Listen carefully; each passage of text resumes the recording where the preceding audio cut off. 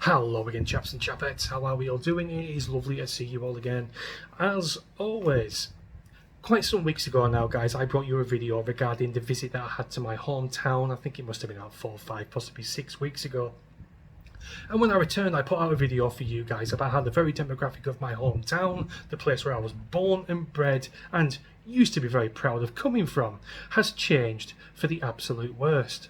And it would appear, which will come as no surprise to you guys, I am pretty sure that it's becoming much more widespread now up and down the country, where people have lived in a certain part of the country for many, many years with their family, and they no longer want to live there, and they see the rapid changes that are happening in this very country. And the lady I'm going to talk to you about is, of course, of no exception. Now, this woman here appeared on a GB News show hosted by Patrick Christie's. I'm not quite sure when it was. It doesn't stipulate in this newspaper article. But she said she lives in a part of Cheshire, Warrington to be exact, and she lived there for many years. And she doesn't want to live there anymore because of the very changes that she's seeing around her. She does list the changes that she's seeing. I think she has missed 1 or 2 changes out that she didn't want to mention on live TV. She wants to try and keep it as PC as possible for the Ofcom nutters and that kind of a thing. Not to be called racist and Islamophobic and yada yada yada, all that horse shit. And it reads here: a British mother has expressed fears for her young daughter's safety as she warned her hometown in Cheshire becoming unrecognisable due to mass migration. Speaking to GB News, viewer Fiona told host Patrick Christie's that she used to enjoy living in her town of Warrington, but now no longer was to live there due to changes in culture. Putting it rather mildly, Fiona. The discussion follows claims by GB News host Matt Goodwin about London being over due to soaring crime rates and demographic changes. Sharing her own fears, Fiona told the People's Channel, "I'm from Warrington in Cheshire and I've lived there with my family for over 25 years, and I can honestly say it feels like a very different place. I used to be very proud that I lived in a nice part of Cheshire, and I've seen all sorts of things, whether it's the litter on the street, the poor manners, the lack of opportunities for youngsters, even the closed shops now that have shutters. Like I say, I missed 1 or 2 things out there, I'm pretty sure." Fiona added, "Or it's the vape shops, or it's the barber shops, and we all know what they say about Turkish barbers. Even the homeless and just generally the cultural fragmentation, it just feels like a very different place." Fearing for the safety of her 21-year-old daughter, slightly overage for a certain demographic within this country, wouldn't you say, guys? You know who I'm talking about. But nonetheless, I'm pretty sure she is still in grave danger. Fiona expressed concerns for the changing demographic of where she grew up. She stated, "It worries me. I've got a daughter who's 21 and the thought that in another 5 or 10 years it's really going to be unrecognisable."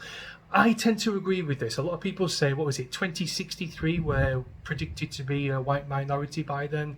I think we're going to see wholesale sweeping changes across the country much sooner than that. I'd predict within the next 10 or 20 years you are really going to see this really ramp up, something chronic. Now, I want to stick to this young lady's young daughter, 21-year-old. Like I say, slightly overage to be in any sort of real danger, as the Pakistani Alwa gangs will testify to.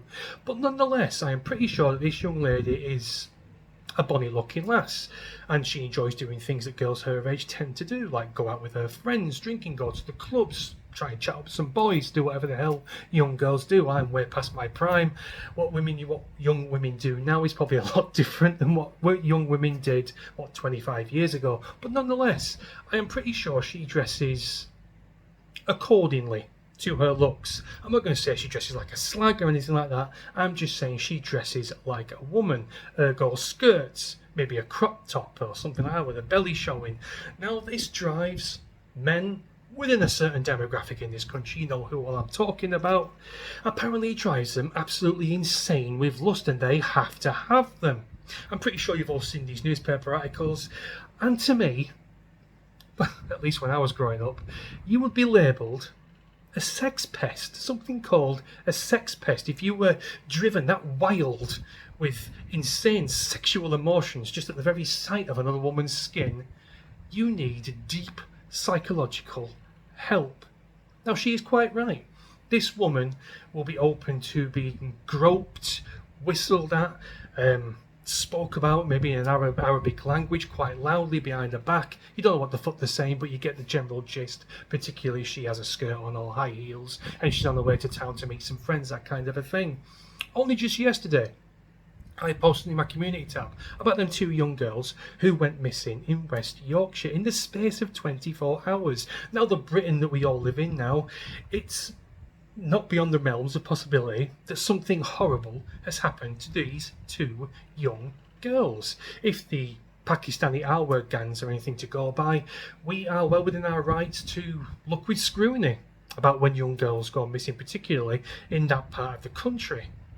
But also, this woman is quite right. Sweeping demographic changes within towns, cities, even villages now are becoming unrecognisable with the injection of illegal immigrants and God knows what into local communities.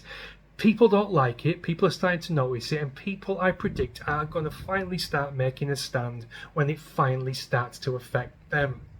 I live in one of these areas. Luckily, I've shown you it on videos. It's peaceful, it's untouched by diversity, it's a lovely place to live.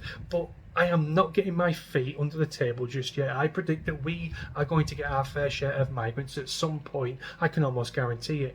Nowhere in this country is safe from that cancerous finger that touches us, which is called multiculturalism. Anyway, guys, I'm not going to go on. I just wanted to bring this to you and emphasise really what this woman is saying. It is sweeping wholesale changes up and down the country. People are starting to notice it a lot more now. And hopefully, I pray to fucking God, I hope that people finally start speaking up and start doing something about it. Blocking the roads from these coaches of boatloads of migrants coming into their villages, into their towns, into their cities. Simply saying, no, enough, we don't want any more. You are not coming to this town. We will make damn sure you're not going to come into this town. And that is the way it's going to be. Either send them back or build some sort of massive grey Soviet style building and shove them in there until they're willing to be processed somewhere overseas when someone's got some bollocks to actually make that a thing in this country. Anyway, Daniel, shut up, stop whibbering. Thanks a lot for watching, guys. Let me know what you think in the comments and I shall see you in a bit. Cheers.